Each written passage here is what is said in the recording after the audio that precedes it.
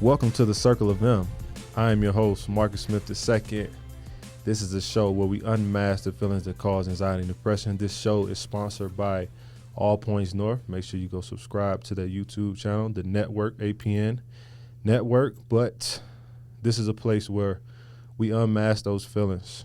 I wanted to bring this to this room, to this atmosphere, so we can be grounded, so we can be where our feet are, because this is an important conversation.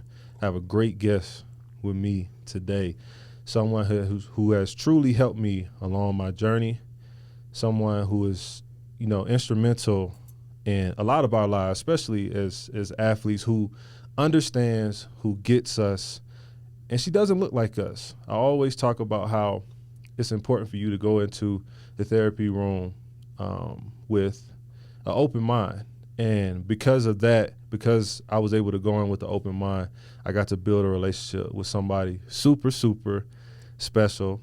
We have Dr. Romano with us today. How are you doing, Dr. Romano? She is the Director of Clinical Operations. Woo-hoo, I got that right.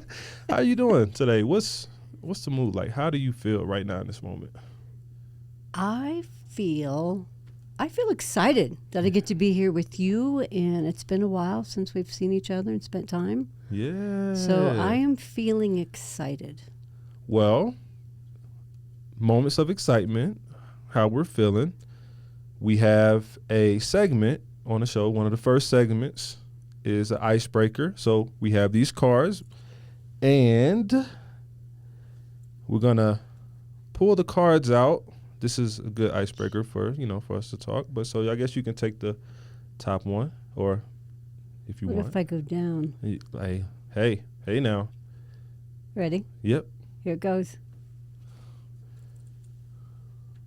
Read it, see what. And well, these are kind of deep. Okay. If we might have to start deep, We're going to go right into it. It says, I communicate what boundaries I need to feel healthy and safe. Okay. So, obviously, we're talking about boundaries, healthy boundaries. How do you feel about that? Do you feel like you communicate healthy boundaries? What do you think? I would say yes. Okay. So, is it hard to communicate that to others? And is it hard for you to accept others' boundaries as well? Is that something that you struggle with, or you feel like over time you've got a lot better at? I think over time I've gotten a lot better at it. Right? Yeah, I'm gonna tell y'all right now, I suck at boundaries. I'm trying to get better. I'm trying to get better. I think it's a lifelong journey, right? Because who I was a year ago compared to who I am today, compared to who I will be a year from now, my boundaries are probably going to change. They're going to expand. Yeah. My emotions, the more aware that I am of my emotions, the easier it is to express, right? So when you ask that question, is it easier to, share with somebody? I would say for me, that's probably the easiest. Yeah. It's with myself that I struggle, because I like to go at 110 miles an hour. And that we know. And, to slow it down, that requires not you to tell me to slow down, but I need to tell myself to slow down. Yeah, it's like one with self, making sure self is in the right place to be able to speak in the way that you need to speak, and just telling the truth about how you feel and what you need. I think for me it's super hard because I've always been a giver. Mm-hmm. I've always been a servant. And sometimes we can get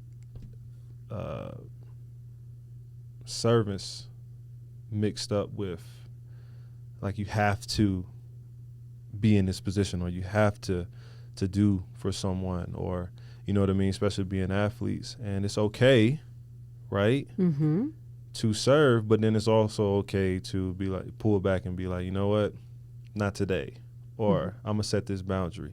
Now the hard part is the person on the other end, right, accepting that boundary, because then you go through all these things in your head like, oh man, if I say this, is the person gonna still be my friend or love me the same? Is our relationship gonna be the same? So all those things go through my head, but then my wife is there to be like, hey, for your boundaries, if you have to set this, if this is good for you and they don't understand it, then they weren't meant for you. And that's another hard thing for me, because I love people, you know?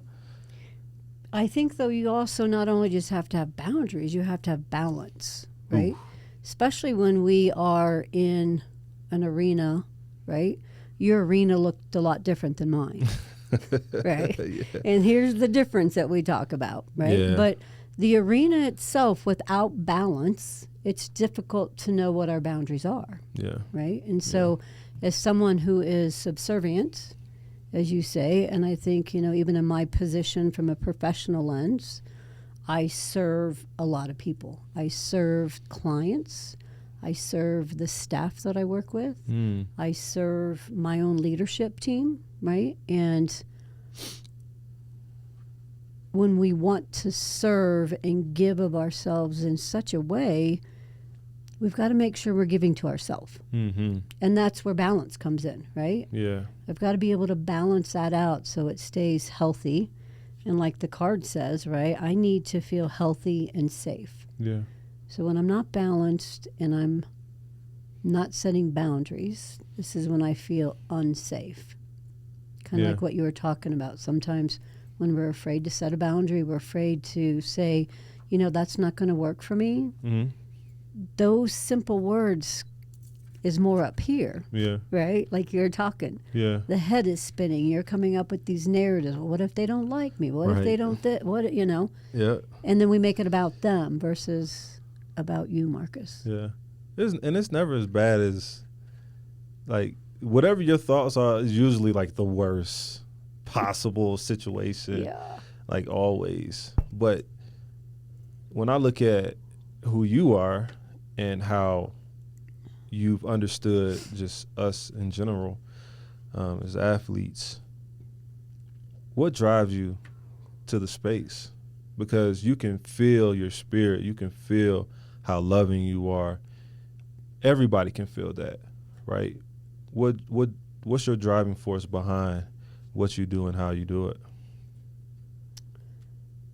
Oh, that's kind of like a loaded question. I think my questions are a bit loaded sometimes.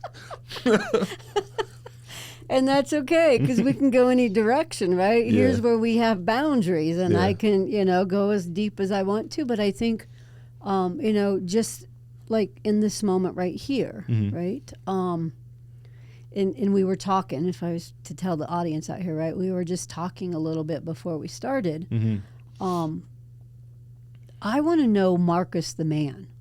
Not Marcus the player, what your position was, right? Yes, that's interesting. Yes, I could probably pick up and look at any of the stats and the analysis, all that, right? Yeah. But the man who sits before me, that's what drives me, is people, right? I want to know who you are, right? Because we are experts of our own lives, right? So even when there's been tragedy or there's been, trauma or there's been joy, whatever it is, we can bring that. And so that's what I want to be able to do, is to be able to hold that space so that you see the same man that I see who sits before me. Yeah. One of the fears when you talk to players, right? When you talk to players who are friends, one of the fears of therapy is like, are they going to see me as myself, human, or are they going to see me as Marcus Smith, the football player, what I did, right? There's even been some instances where, it's like I go in and they like trying to get my autograph, right? And so sometimes that having that experience, you kind of go away from what it is to be, or go away from learning who you are, learning yourself.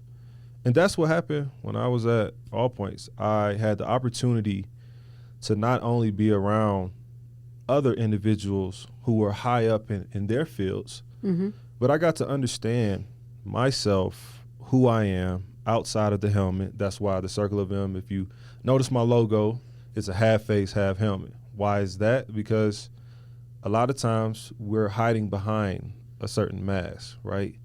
Like, I'm still trying to figure out this side, right? I got a helmet on still, but I don't know who this person is. And I think APN definitely helped me with that. So I want to transition a little bit, something fun, light, you know what I mean? What was the most interesting place you traveled to and why? The most interesting place. Because, well, first off, let me say this. Can I make a disclaimer? Absolutely. Dr. Romano, do you still have your truck? I do. Can I say that? Yeah. She drives a truck, first of all, that's one of the dopest trucks I've ever seen in my life. And I feel like you're outdoorsy, right? I'm the same way. So this is a question definitely made for you. And I think the audience would love to hear Okay. the best place. Maybe they want to go there. I don't know if it's one particular place. Okay. You know, I think, like you said, it's not only the truck, but the one thing I also enjoy doing is riding motorcycles. Oh, man. See? Right? Come on now. I don't even ride motorcycles. I am terrified. I'll get on a four-wheeler because it's like not with other people on the road. Like, what's that like? You know, it's exciting. It's but I was to tell you a little secret. I'm a control freak. Okay. So I like to have my own life in my own hands. True. And so when my husband and we first met, which was almost 20 years ago, I got on the back of a bike with him and scared the living bejesus out of me. Can I say that? Okay. Scared the living bejesus out of me, right? And I said, never again will I be on the back of the bike. So from that point there, you know, took my lessons, got my certification, did all the licensing stuff, you know, did everything right, and started with a little 750 and then worked my way up to the last bike I had was it was my Harley. Okay. I'm not gonna lie. Come on now. It was my Harley. It was a Street Glide Special, 1400, and absolutely loved it. So when you ask about what are the interesting places, my husband and I over the last 15 years have traveled, you know, to like the state parks. Okay. And so that's what we like to do. Like the scenery. That's beautiful. Yeah. Okay. Yeah. That's what's up. Yeah. Now, if I had an interesting place, I would say that my interesting place that I've been, I just left this place. I was in Boston. We, yeah. Yes. So look, I was in Boston. My mother-in-law is very outdoorsy. She helps with all our chickens, and she names all the chickens, and she knows how to grow. I didn't think you were supposed to name the chickens. Yeah, see, you know, all of them got different personalities, which is crazy and funny, right? And so she says, "Hey, we should go whale watching."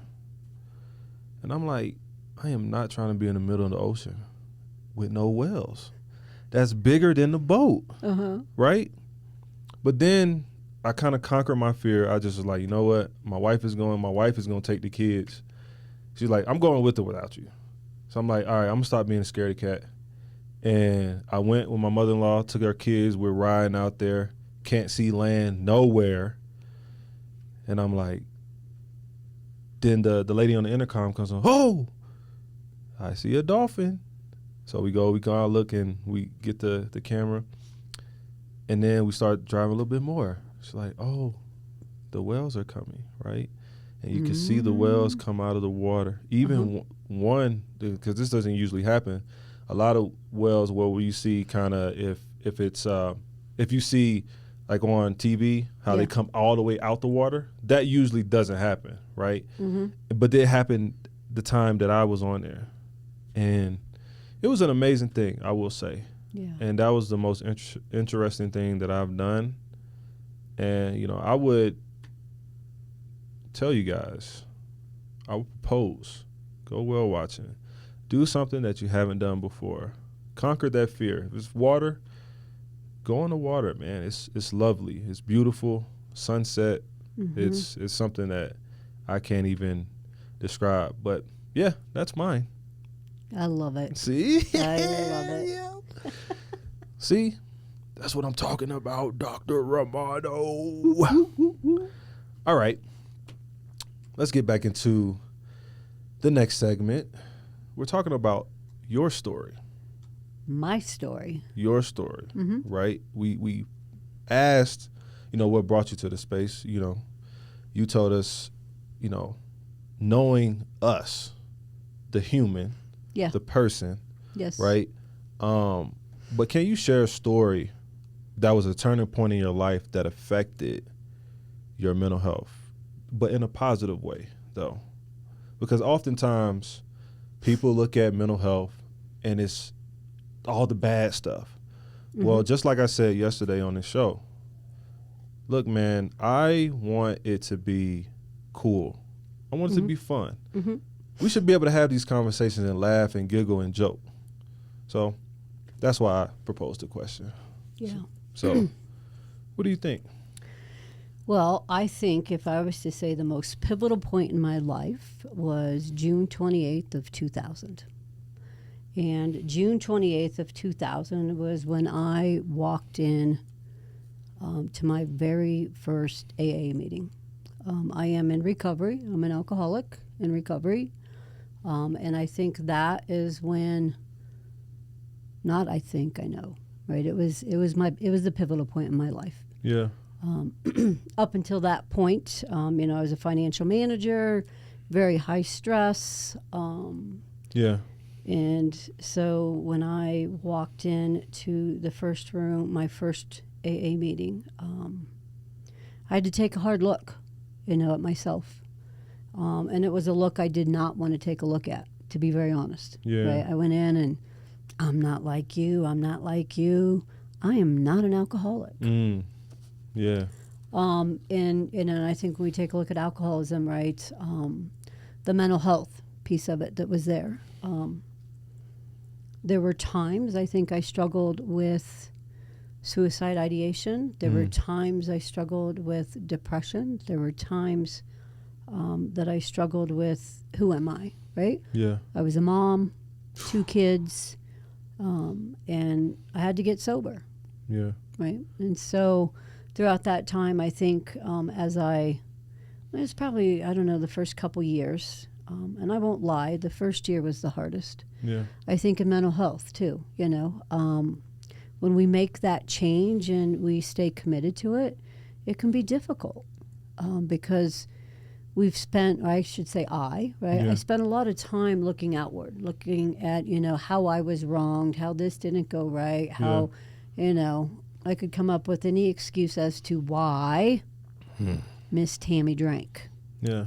And so when I had to put, when I put down the drink, it only left me. I had to take a look at me, and I think we all, we get to that point, there's something there that says, I want something different. There's got to be an opportunity to do something different.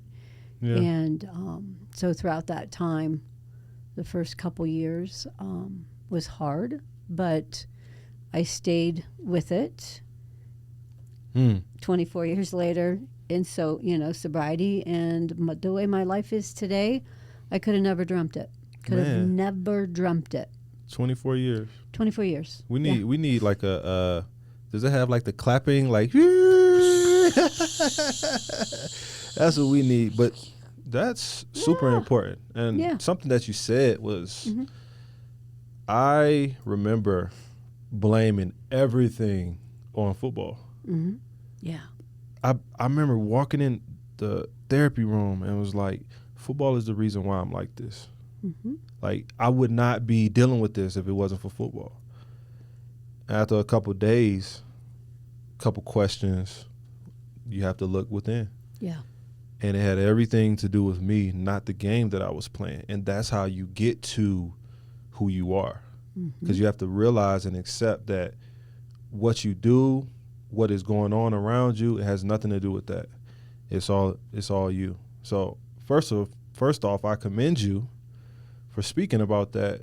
And I'm hoping you guys are listening, because these are gems, tidbits that you can take with you. Maybe you are going through something. Maybe that's something that you're dealing with, right? Oftentimes, that's how people get saved and help people heal. Because it's not that you don't want to get healed. It's that you just want to know that you're not alone. Mm-hmm. And it's similar to what you're going through. So, man, I don't want to get choked up. But, man, I appreciate you sharing that. I really do. And it's like, why is my phone going off? I had to put it on do not disturb. No, I'm just kidding. You can leave that in there if you want. All right, let's go to the next question. Yes. Okay, the next question. Which, first off, what you do, we can't skip over the fact that what you do is heavy. Right? Just Heavy being in in this what space, way? like just mentally, it could be heavy as far as like having, you have therapists, you have to be over and you oversee all the operations, everything that's going on. That could be heavy. Meeting with different people can be heavy. Attaching yourself to different personalities and learning different people and understanding different people as of now. Heavy. Right. So, like, how do you manage to maintain your mental health with juggling various life responsibilities? Now, you're a mom, you're a wife, Don't forget, I'm a grandma. Whoa, yes, you are a grandmother. Yes. So, yeah, like, how do you juggle that? And do you do anything to make sure that you're taking time out for yourself? Because I always tell my wife, I don't ever want her to be in my shadow, right? I want her to feel like she's pleasing, happy within herself, right? Yeah. So, yeah. I think that's important right there, that we're happy within ourselves. Yeah. Right? One, I think I've got an incredible team that I work with, right? They know me well enough that they know if I don't eat lunch, Lindsay will bring me a protein shake. Yeah. They know, if I've been here, let's say 10 hours. We won't tell people that, but Sheesh. 10 to 12 hours sometimes, right? And they're there and they'll say, you know what? You need to go home, right? And we all live busy lives, right? I can't do it. But I think the important piece is during that busyness, right? What I have found, I find time for myself. Yeah. I truly will find time. I am a breath work person. I love to take a moment. I might sit outside, and 5 minutes of breathing allows me to decompress, allows me to detach, allows me to just be happy within, right? And so that's while I'm at work, right? I think that's one of the greatest things, or one of the most important things, right? Because we can go, like we talked earlier. I can give of myself to I'm exhausted, right? But I have to be able to give to me. Not just to you all the time, but I have to be able to give to me. Right. So if it's 5 minutes here and there, that adds up. It adds up, and I'll take it. Right. Then when I leave home, as I said, I've got an incredible husband that I get to spend time with and shut all this out, right? I go home, and we don't talk about work. We go home, and it's about him and I. We go home, we plan times. As I said, there is no greater love that I have for my grandbabies. No greater love. How do you turn it off? How? Yeah. Practice. Practice makes perfect. You know, and it's not even perfection that I'm looking for. It is, you know, if it is going home, you know, I don't have it here with me. So this is one of the things. I put my electronics away. One of the biggest things, right? Nowadays, we've got our watch that's connected to our phone. Our phone's connected to our computer. You walk in the house, your computer's connected to your PC on your thing, and then all of that's connected to the earbuds, let's say, right? So when I'm in the car, I put my phone inside the console, right? And I will put on a little bit of Chris Stapleton or something, and I'll drive home. Yeah. And that driving home, right, allows me the time that I need. Yeah. So that's one way. But it has to be very intentional. That's a big one. Mm-hmm. Like, it's hard. Yeah, you can say, hey, I'm going to do this. Mm-hmm. I'm going to put my phone away. I'm going to disconnect, because obviously when you got the earbuds, the MacBook, the phone, the iPad, everything is connected. Mm-hmm. So it's almost like they make it to where it's impossible to disconnect. It's like the bionic woman. Yeah. That's me. Man. Because you have your phone. Yeah. You turn off your phone, somebody call you, your MacBook is ringing. Yeah. Or you turn the MacBook off, now it's like you literally have to disconnect from literally everything. And with intention. Right, with intention. Yes. That's the important part. Mm-hmm. Mm-hmm. And for guys who are listening as well, who are actually playing in the NFL, NBA, NHL, MLS, skiers, swimmers, any sport, right? I said that because of the Olympics is coming up. You know what I'm saying? I know, it starts Friday. Yeah, I can't wait. But I say that to say we give so much time to our sport, right? Mm-hmm. We give so much time to it. I would just ask and try to be intentional and disconnect yourself from work and disconnect yourself from your phones and things of that nature. It's going off now. Yeah. See? Yep. Disconnect yourself, right? What I used to do when I was playing, I played 6 years. I wasn't a guy who was a Pro Bowl or anything like that. But what I used to love doing, Mm-hmm. I would make sure I get all my stuff done at the facility, all the film that I needed to watch. I'm not taking this home. I'm not taking this home with me. Why am I taking it home?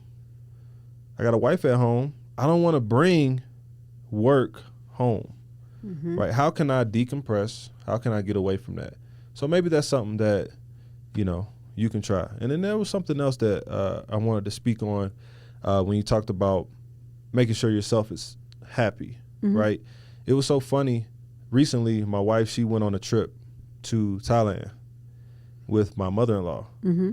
She went without me, right? And then she was like, when she got back, she was like, hey, maybe we could do this once a year. You know what I mean? And then at first I'm like, really? You want to go out the country like that once a year? But then when I thought about it, it's like, she has to have her time too. I get my time. Mm-hmm. How I get my time, believe it or not, when I'm on the road, that's when I get my time. Yeah. Right? I'm actually doing what I love to do, but also it's time for me to get before the Lord. It's time for me to pray. It's time for me. I don't have any duties as a father except for call my family on FaceTime, make sure I'm talking to them. But that's when I get my time. And that 5 minutes that you talk about, Mm-hmm. hey, I take that and I use it. So when I get back to my family, I feel refreshed, Mm-hmm. like I'm ready to go. So, yeah. And that's that abundant feeling that we get, right? Yeah. That when we get to do what we love, Yeah. but there's still balance in it, though. Yeah. We've always got to remember to keep the balance, and I think that's that's important. Yeah. Well, I will say, once I'm finished here, I'm going with Soul Cold. We're going to Miraval Resorts. We're doing a presentation Mm-hmm. for those people that are there. But then after that, I'm going on a cruise with the family. Mm-hmm. So I'll get to take like 5 or 6 days Nice. to just be with the family and turn my phone off, right? Yeah.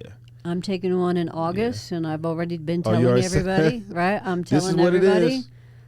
from the 12th to the 16th, you Yeah. are not going to call me.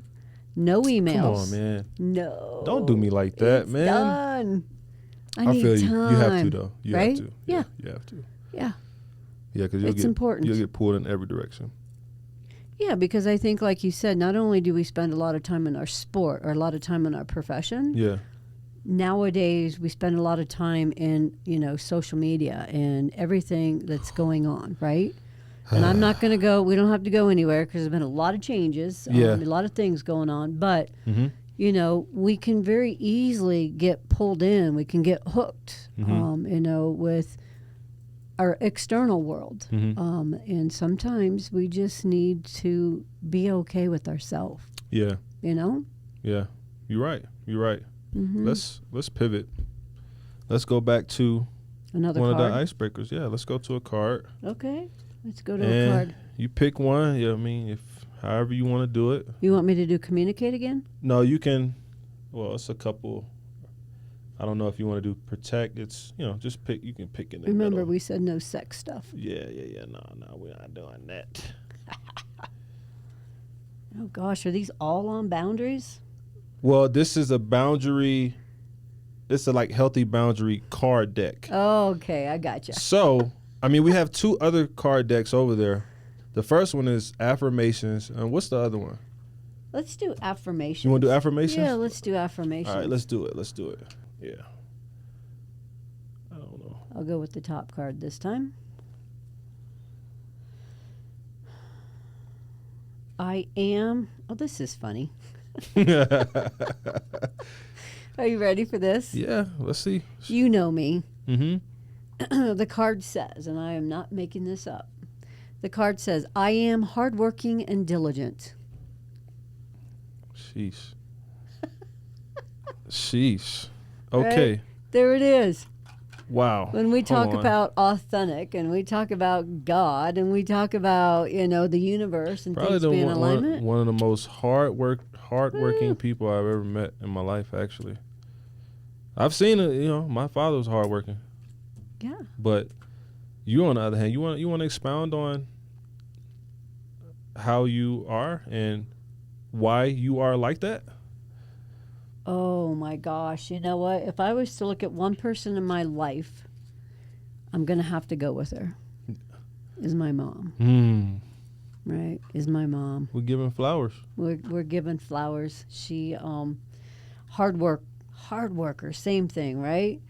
And just the values that she instilled in me. And I think we were talking earlier, right? I ran cross country. I was a collegiate swimmer. There was always a drive, always a drive. Alcoholism kind of took me on a detour for about 18 years, It wasn't a short one. It was a long detour. Yeah. But, that's the beauty. But I think with recovery, right? And again, if I just look at addiction or whatnot, I think there's a gift, right, that we have the opportunity to live 3 lives in one lifespan, right? So there was who I was, and, that hard working, that diligence is always a part of me. Yeah. It gets lost sometimes, but in recovery, I think that's the beauty and that's the gift. That not so much that we go back, but we go forward, right? Yeah. And as you were talking about, when you first came in, right? We talk a lot about this, right? And I'm not going to spin this back on you, but I'm going to spin this back on you. I knew it was coming. You knew it, didn't you? That's why I'm getting my stuff ready, man. I knew it was coming. We're going to pivot out here. But, and I think that's, we begin to see ourselves a certain way sometimes. And, as an athlete, we begin to identify ourselves as that. And so we can kind of lose who we are, right? Yeah. And in recovery, whether it's mental health, whether it's trauma, whether it's addiction, there's where the opportunity is. That we get to look at that past. We get to respect it. But more importantly, it's your testimony, right? And when we dismiss that and when we talk about God, for myself, never left my side. I don't know if I would say I am a religious person. Yeah. Didn't grow up that way, but more from a place of spirituality. Yeah. That God has always been with me. God has always been with me. And all I have to do is slow down and listen.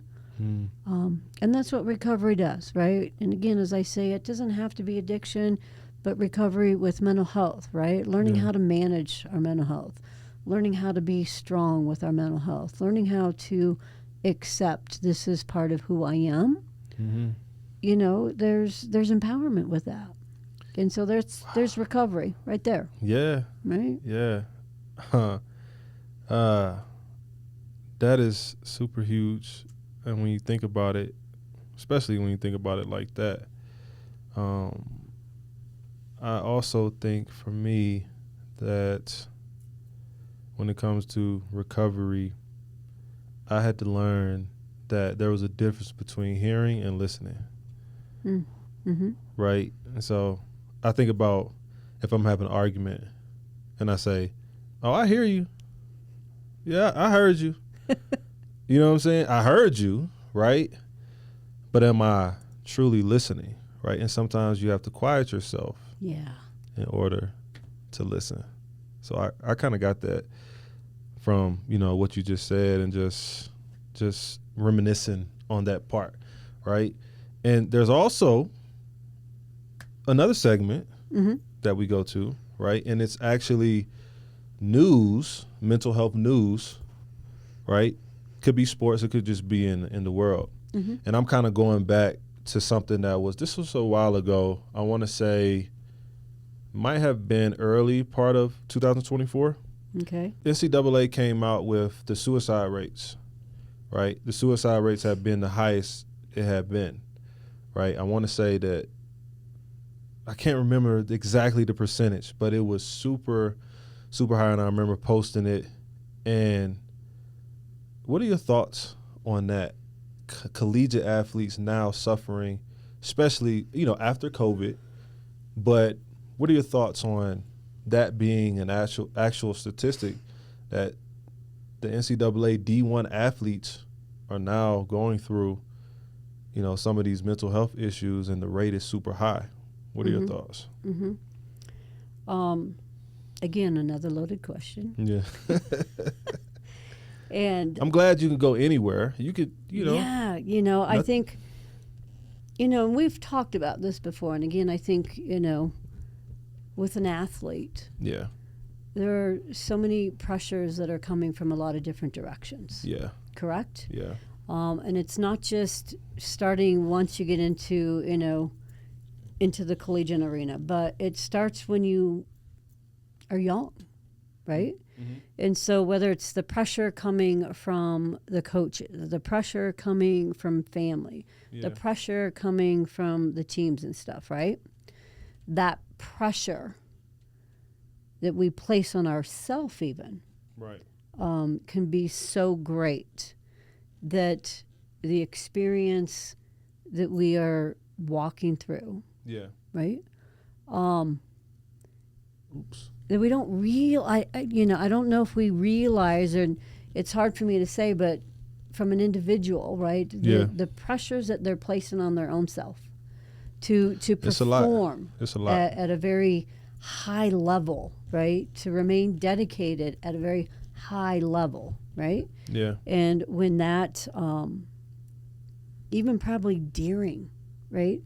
That pressure can be so much that, and I always look at suicide, and this is one thing, we never want to be afraid to talk about suicide. We never want to be afraid to ask the questions. Yeah. We never want to be afraid, to, if that gut feeling, and you're not asking so much, do you want to die? But you're asking, and you want to be, I'm here with you, and I want to listen.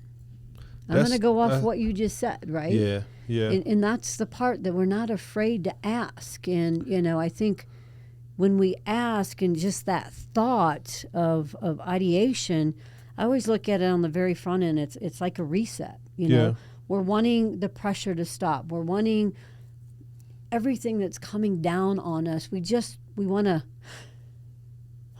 Yeah, that's it. Take a breath, right? That's And it. sometimes we can't take a breath. If I was to just make it as simple as possible, Yeah. when we can't take a breath, we get stuck and we're holding our breath. And that reset, even though it may That's be a bar. so absolute, Yeah. in that moment, that absolution of Right. seems like an option. But if we Yeah. can get that breath, right? And We need someone that breath. asks, Yeah. and we're able to release, Sometimes that's all it takes too. that's it. Yeah. Like if you can, if you're around a person long enough, Mm-hmm. you're around your teammates, you can kind of see it. Yeah. But just don't be afraid to Don't ask the be question. afraid to ask the question, Yeah. and it's okay to say, to just tap in and say, how are you doing today? Right. And they say, fine. It's like, no, really, how are you doing, Marcus? Right. Me and Sol, we talked about this. Mm-hmm. We were at the NIL summit. We asked the student athletes if it was a safe space for us to invite them in, for us to come into their space. Yeah. We talked a little bit about what we go through, how you can get through it, just, experience. I want disclaimer, not a therapist. I am a life coach, but I never claim to be a therapist, but I speak through experience, right? And I will, help guide you to someone you can speak to, right? So that's kind of what we do, right? Obviously, Sol is a breath work specialist, right? Flow facilitator. He can put you in that mode and, have you ready to run through a brick wall for real. But they talked about how now with NIL, it's not really amateur anymore, right? Mm-hmm. Because student athletes are getting paid Mm-hmm. to do what they do. But also it's an added on stress.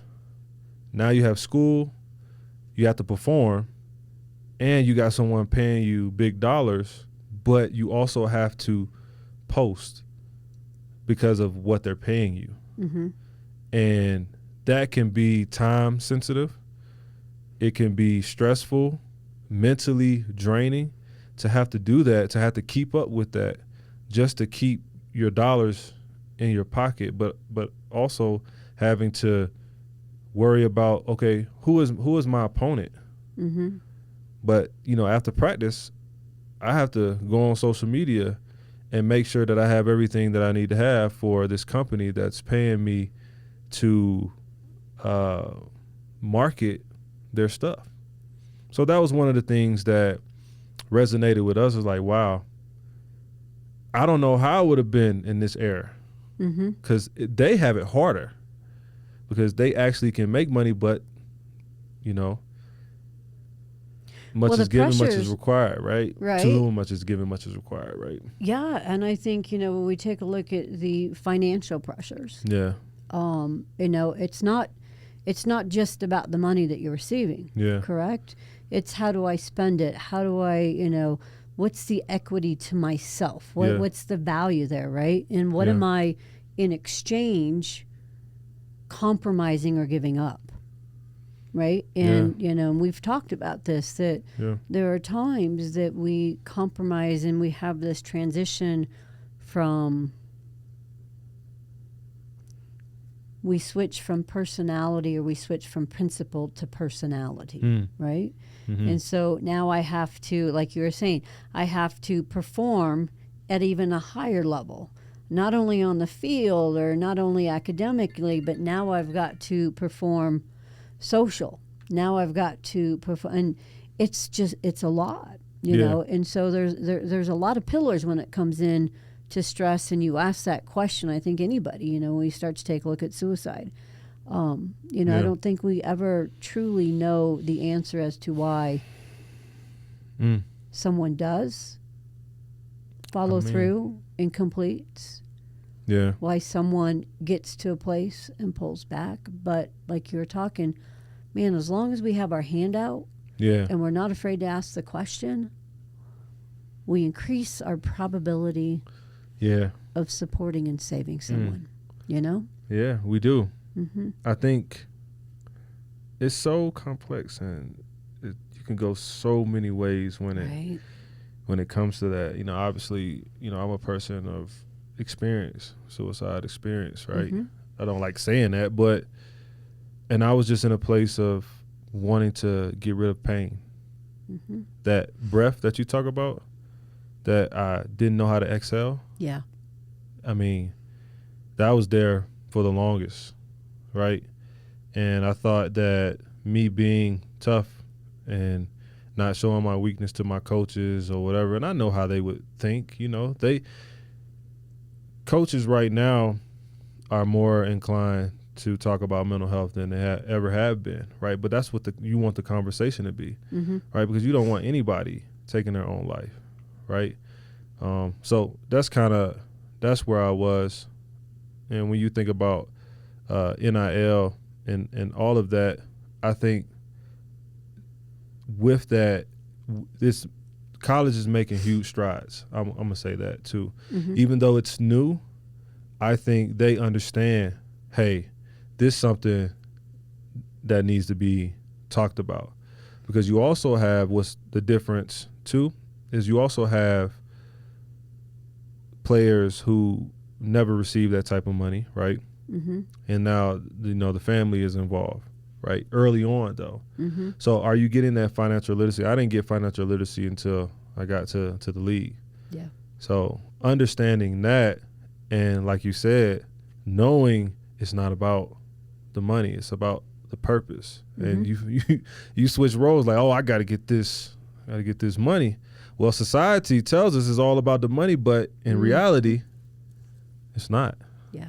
Yeah. So, And and you said something, right? And I'm just going to go back there, right? Because you were in a place, yeah, right, that to take your life yeah, seemed like an option. And in that moment, it was the option, yeah, right? But there was such a darkness and isolation yeah, and that feeling of alone, yep. right? I did. Yeah. It felt alone, but it felt freeing once it didn't happen, Mm-hmm. and I finally said I needed help. Yeah. And then teammates, and people have probably heard this story, but teammates, bro, I was just dealing with that 2 weeks ago. Mm-hmm. Like, I commend you for doing that, because I don't know if I would have ever had the guts to do what you did. Mm-hmm. So it opened the door up for the conversation, at least, and that's what you want. You want the conversation. So, yeah. And and I think this is the conversation strengthens the mind. Okay? Ooh. And when you're dark and you're isolated and you're feeling alone, right?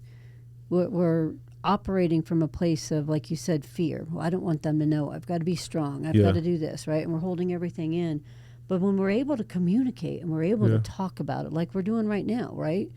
It's actually, what we always look at from the mental health field as a therapist, I would much rather be proactive and have the conversation about it and strengthen the mind. And I think, if we go into the athleticism field and the arena, if we can strengthen the mind and not be afraid to talk about mental health and not be afraid to say, I'm struggling with this today. I'm feeling this today, right? And you've shared, right? We leave it at the door. We show up there at the arena, we shut the door, and everything else is gone. And we just right there, Yep, but that's all that matters in that moment.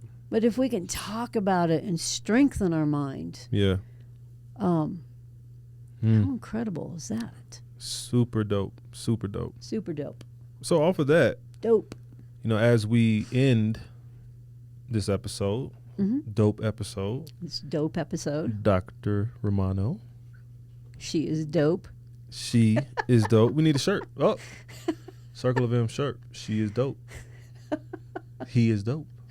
What advice would you give to someone just beginning to focus on their mental health, right? It could be someone who may be thinking about all points. Like, what would you say to someone who is just even the thought of the possibility the possibility of mental health. we're going to stick with the same. We've got to be able to communicate it. Okay. Right. And I'm just going to, I think anybody, yourself, right? Mm-hmm. That's the hardest.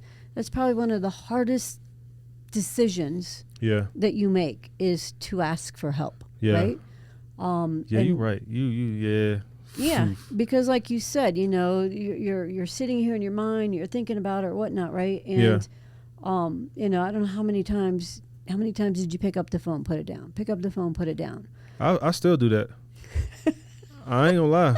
Like, it's hard to ask for help. Like, yes, I don't want to. I want to do it myself instead of like I don't want to.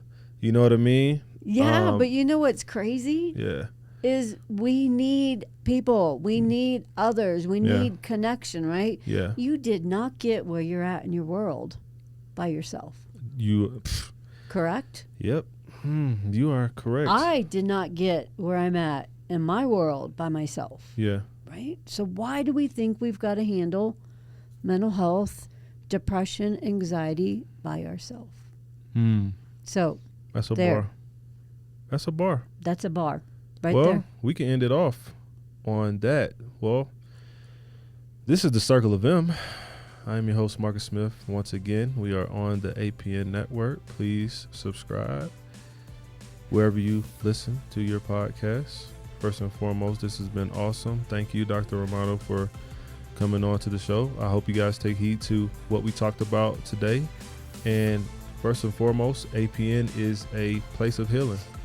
So I want to make sure I get that out there, and it's time for us to hit a deuces. We are out.